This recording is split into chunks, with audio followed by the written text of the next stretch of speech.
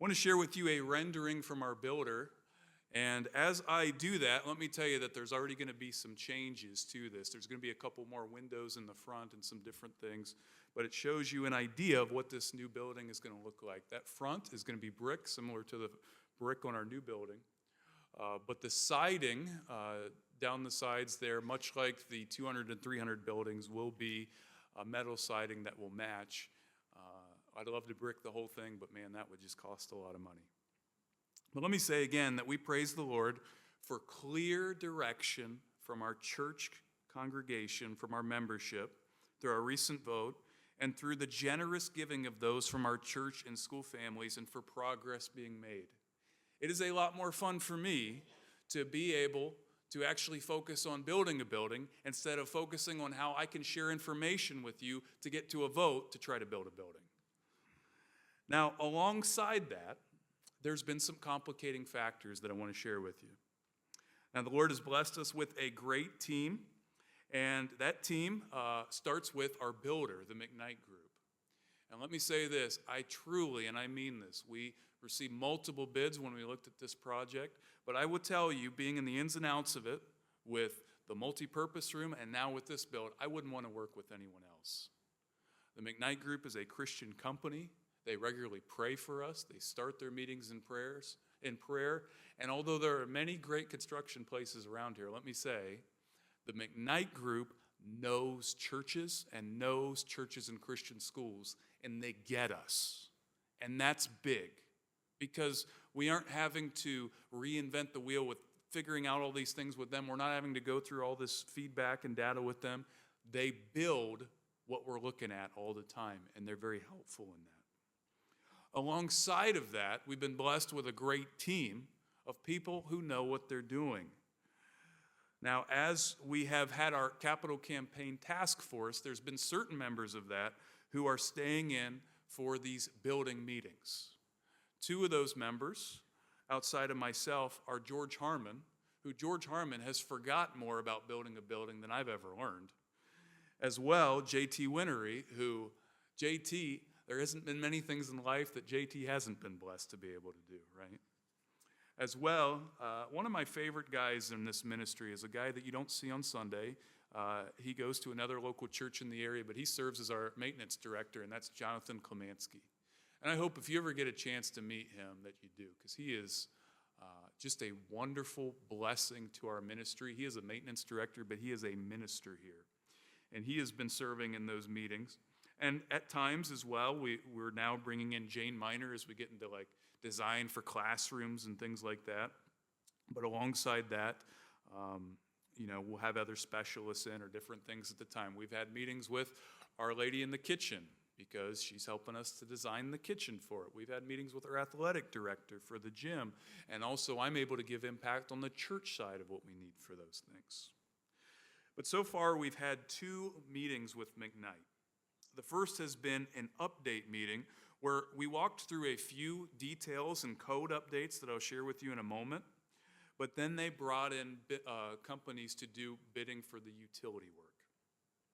This past Thursday was our first design meeting, and this is one of 2 meetings where we formally look at the design, the scope, and the build.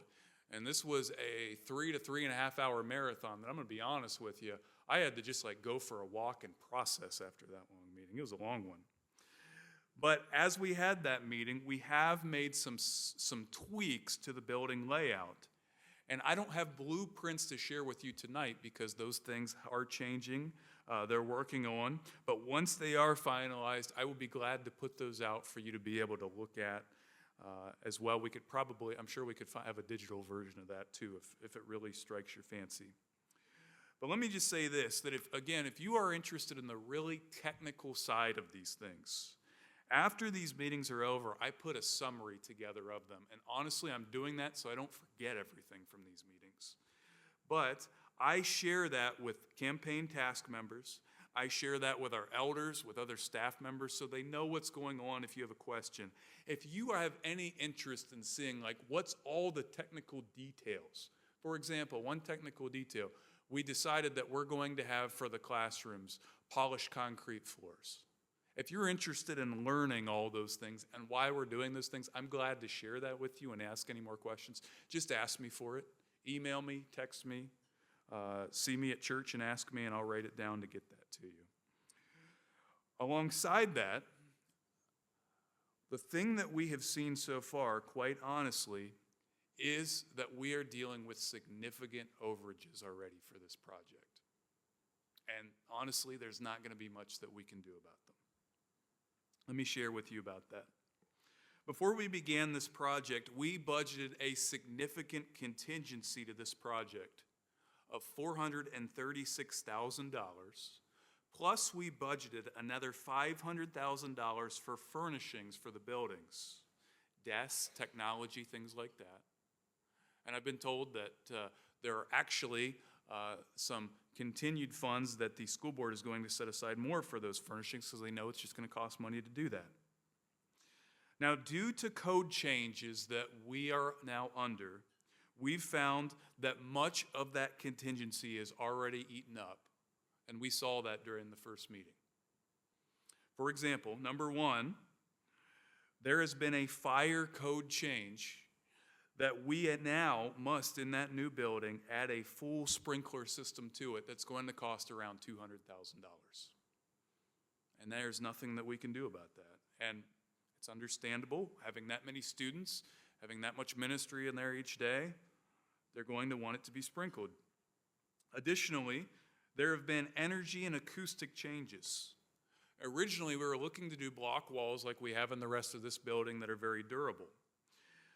Now, there have been energy changes and acoustic changes over the last couple years that make it so that McKnight has recommended that we do poured concrete walls. These are called isolated concrete forms. And this pour that's done isn't a huge increase because there's a lot of labor in doing block work, but poured concrete is more expensive. Now, alongside that, as we're looking at this project, we want to make sure that we are doing long-term solutions for it. And so as we look at this, we see that, yes, it meets things up to code, but it's also very energy efficient. It's, in fact, one of the most energy efficient ways to build a building today. And we have a lot of utility costs around here, so it's going to help with that. Alongside that, we're looking at our long-term thinking, things that are going to cost a little bit more now, but are going to save us in the future. Now, God has blessed us to have a building that's withstood a lot of use over a lot of years. And right outside this room, right next to the nursery, is a boiler in that maintenance room that is 58 years old. It has heated this building for all that time and done a great job. But if you ask George Harmon, if you ask Jonathan Klemanski, if you ask me, every time when it starts to get cold, we're getting nervous about that boiler. Now, if that boiler were to go out all of a sudden, all the classrooms down this hallway, all the classrooms down the side hallway, in fact, every part of this building, except for the church offices, first grade, which is right next to the church offices, and the 2s and 3s room, and the room next to it, those pre-K rooms, would not have any heat. That suddenly becomes an emergency. What's been recommended by our HVAC guy, what's been recommended by our team, is that while we're doing this, we're going to purchase 2 small boilers. And those boilers are going to heat not only this building, the current one that we're in, but the new one, and is going to be what we need to do for the long term, because that boiler could go anytime. And there are people that say it could go tomorrow. There's people that say it could last 100 years, but we just don't know. But we want to be wise. And we don't want to come to you with a $150,000 bill right after we get done building a $7 million building. So we're going to go ahead and we're going to replace that as part of this project. Now, let me say as well that we are also dealing with some unknowns right now. And as I share these unknowns, let me first say that God has blessed us with government officials, and we talk about that here in our church. Those who wisely seek to govern and oversee our city. And there are times where I will admit it's really easy for me to grumble at them. But they are seeking to govern and oversee our city well, and I want to be careful for a couple of reasons of how I address these folks. Number one, I don't want to get into all the specifics of code changes, although I'm going to tell you about them, because there are some unknowns still. Alongside that, as we look at where we're at, we are currently in the midst of a time where the zoning code changes are happening in Delaware, in the city of Delaware, and we are under them for this build. But the codes have not been fully written yet. So we are trying to plan and prepare for a project that we don't fully have the codes written for yet. Now, you may say, Brad, why are we not under the old codes? Well, the reason why we're not under the old codes is because we would have had to submit our plans before we even had the church vote on the debt proposal to move forward with this project. In order for us to be able to submit for these codes now, we're going to have to, in our time frame, in late April, early May, submit, and then we get a reading in July. July was supposed to be the time that we started building this thing. It's looking like if they approve it then, we can start in September. And that really puts a wrench in things, because if it takes a year on the dot, we're opening the building right after school begins. It's not ideal. So there's going to be a time change in the project. And I, again, don't want to get into all the specifics of the city because this code is being written. But let me share with you that it's very possible that some of the changes that they have shared with us that they would like to see us be made, that we would deem as unnecessary, would add hundreds of thousands of dollars to the project. Now, this is an opportunity for you to pray, because let me share this with you. There are going to be meetings that are held soon, and when I mean soon, after that meeting on Thursday, that design meeting, the architect for McKnight made the changes, submitted it to the city that day.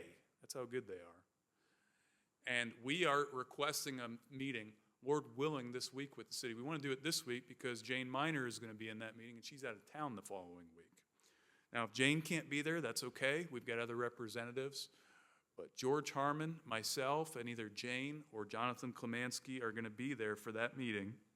And we're going to have an informal talk, and McKnight's reps are going to be there too, and we're going to talk about this and what's feasible and what's not. And we're hoping to come to reasonable compromises on both sides. Now, let me say, though, as we look at that, you have the word of the leadership of this church, of the Capital Campaign Task Force, and of everyone, that our guidelines remain the same. We are seeking to do long-term building project needs here where we don't have to build for another 25 years, just like we haven't with those other buildings around here. We still will not borrow any more than $4 million for the project, which the congregation has approved. If the money for the kitchen and gym doesn't come in, then we're going to halt work on that part of the property until it comes in. And that debt will still go to the main purpose of the project, which is 13 classrooms in the shell of the building to promote and encourage and educate with a biblical worldview. Those things are not changing. We're doing the best we can with our means. But admittedly, I will tell you, since that vote has been approved, it's been curveball after curveball after curveball. Yet, we know that God knew about the code changes. He knew about where every dollar was going to come from before the world began, before we even thought of a project like this, before Delaware Christian School, Delaware Bible Church were in existence. So we can trust him with this. And I would encourage you to pray practically for that meeting. And as we have more information to share, I will share it with you shortly after we have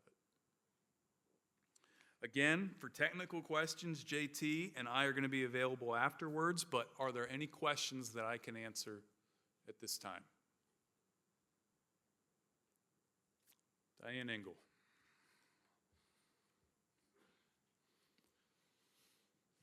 This isn't technical. It's probably even a little bit silly. I'm just trying to get a sense of what we're looking at. For example, is the building to the left, is that like the west end of the 300 building?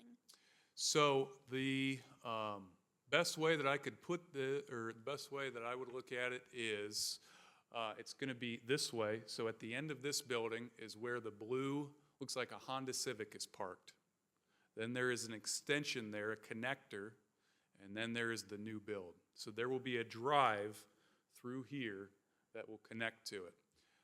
Not just, will it just be a school entrance, but it also likely is probably going to be where we put Wednesday Night Awana Ministry, because you're going to have fully outfitted classrooms there as well. The nice part about it is it's connected right here.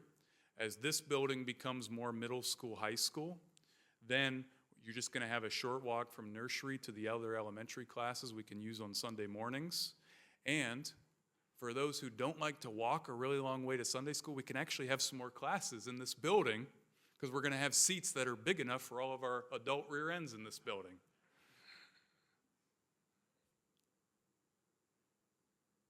Anyone else? Okay. Yep.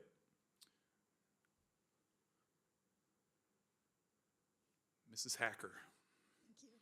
When you talk about poured concrete walls, that sounds like it's going to be really limiting for the future development and possible changes. So it's the shell is poured concrete walls. Inside are metal stud walls with drywall and abuse board, which is a stronger drywall. So Okay. we still can't, the shell itself is not Okay. going to change. Thank And we're you. landlocked with that shell. And so that is for the school building. The gym is steel frame. Okay, thank you for clarifying. We are landlocked as far as we can't go any further over, but we could still go back or connect onto our 300 building if we need to in the future.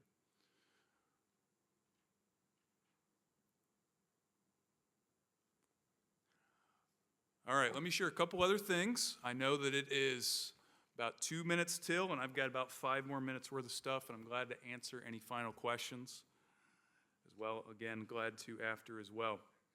I want to make one brief plug, and it is for the SGO. Now, the SGO is, again, the Scholarship Granting Organization.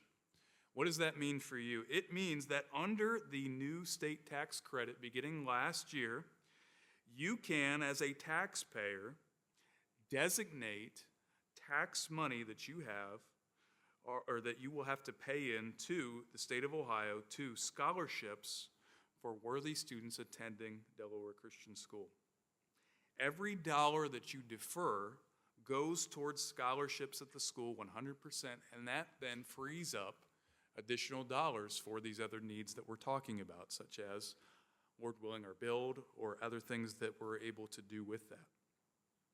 So as you look at this, I know you can't see this graph the best on the sheet or on your screen there, but last year as we started this program, we are seeing a 40% increase from that time. We are up to $51,171 for that compared to $36,000 and change last year. So far, 43 households have allocated their tax money to be deferred to the Scholarship Granting Organization. So a couple things with this. Number one, you can find all the technical details on a sheet there in the Commons. As well, we have some videos that you can watch on this to learn about it. But my encouragement with you is make sure that you talk to your tax person first on this. This was something that I could do as I received a credit from the state of Ohio to it. But it's not that you are paying tax towards it, you're deferring it. And as you defer that money, again, I don't want to get too technical with it, it then, instead of going straight to the state, goes to Delaware Christian School. And you can do that, I believe the number's $750 for an individual and $1,500 for a couple for that.